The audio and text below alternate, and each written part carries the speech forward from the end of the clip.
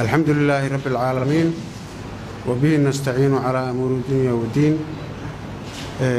waxaan shir jaraa'id u qabanay oon cambaaraynaynaa falkii foolxumada ahaa oo arxan darrada ahaa oo ka dhacay deegaanada galmudug. aad iyo aad aan uga xunnahay, waana cambaaraynaynaa, waana ka tacsiyeynaynaa. intii dhimatay allah u naxariisto, intii dhaawac ahna allah caafiyo. waa arrin aan ku fiicnayn islaamnimada, soomaalinimada, bini'aadanimada intaba aanan ku fiicnayn, oon raad ku lahayn waaye. dhacdo soo socotay oo aan mar ahayn oo laba mar ah, laba maalin ka hor ayay ahayd tii ka dhacday dhuusamareeb. tan kalena tii xalay dhacday bay ahayd. runtii wax aad iyo aad looga xumaado waaye. dad onosanti ama saakiin ah oo shaqaysanayo oo daruufahoodii nolosha la tacaamulayo, in ayagoonan waxba galabsanin inta loogu tego deegaankoodii iyo guryahoodii iyo meeshii ay deganaayeen lagu dilo. aad iyo aad baan uga xunnahay, wax loo dulqaadan karana maaha. waa ka tacsiyeynaynaa maamulka galmudug, odayaasha dhaqanka galmudug, siyaasiyiinta galmudug intaba waxaan ka rabnaa oon uga fadhinaa labadii dhacdo oo galmudug ka dhacday, labadiiba inay naga soo siiyaan jawaab degdeg ah. dadkii falkaas geystay oo dadkaas masaakiinta ah dhibaateeyey inay jawaab degdega naga siiyaan, oy cadaaladda geeyaan, oon aragno sida ay u dhacday arrintaas sida ugu dhaqsaha badan. maamulka galmudug iyo odayaasha dhaqanka galmudug iyo siyaasiyiinta reer galmudug oo dad aan dhaqan iyo xiriir iyo saaxiibtinimo iyo wada noolaansho iyo walaaltinimo fiican aan lahayn ahaa, waxaanan ka filaynin ay tahay. si kastaba ha ku timaado, waxaan uga fadhinaa inay jawaab degdeg ah naga soo siiyaan arrintaas, oo ay yidhaahaan ciddii waxaan suubisay ay noo soo sheegaan, ay gacanta ku qabtaan oo ay soo saaraan maxkamad sida ugu dhaqsaha badan. taasaan uga fadhinaa dadka maamulka galmudug, dowladda federaalka iyo adduunyada dhanna kulli waxaan ka codsanaynaa inay arrintaas ay kala shaqeeyaan sidii xal waara loogu heli lahaa.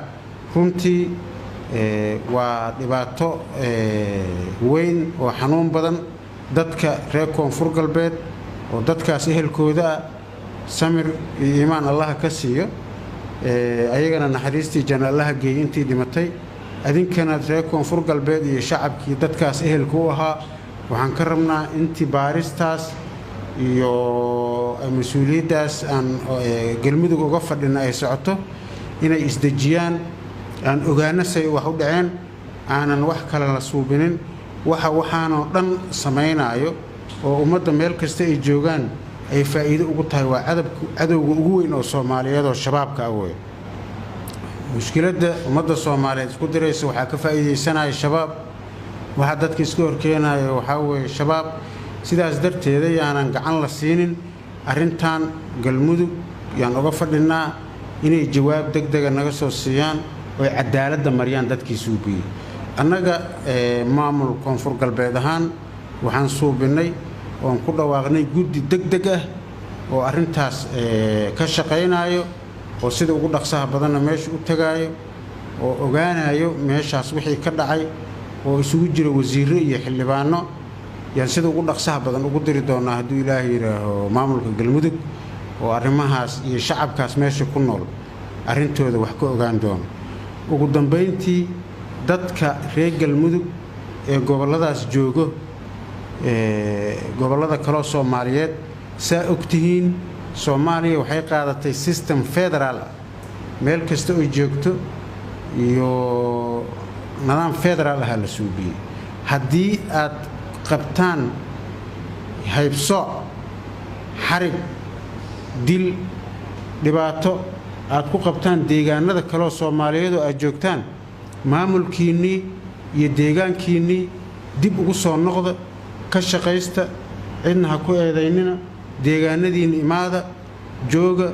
annaga maamul ahaanna waxaan ballan qaadaynaa inaan dibudejin idiin suubinno, idinka kaalmayno arrimaha soo rarista iyo soo qaadista aad deegaanadiina ku soo noqonaysaan iyo dib u dejintiina yaan ka kaalmaynaa uma baahnin maalin walbaba in maxay ahayd dareen cusub iyo dhibaato cusub aan maqalno dadka aad la nooshihiin si fiican kula noolaada ninkii raba inuu noolaado Soomaaliya oo dhan waa isla nooshay waa si joogtaa waxa dhibaatada keenay nabadgelyo xumada iyo shabaab kaan waaye shabaab meel walba uu joogo looga digo dadka loo sheego dadkaas reer koonfur galbeed oo gobolada Soomaaliyeed joogo sida aan hore u sheegay haddii aad ku qabtaan deegaanada aad joogtaan haybsoo xarig dil dhibaato wax qof binaadan oo ku noolaan kara ma aha maamulkiini iyo systemkiini aad adinka lahaydeen baa nabada meel laga shaqaysto leh meel lagu noolaado leh dhulka ugu barwaaqada badnaa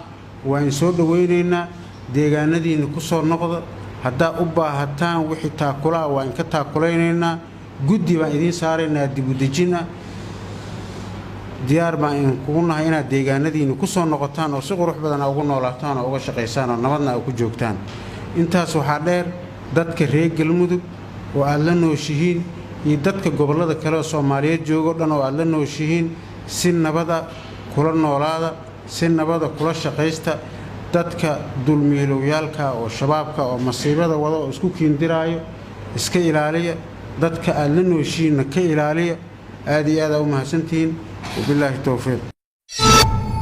DMI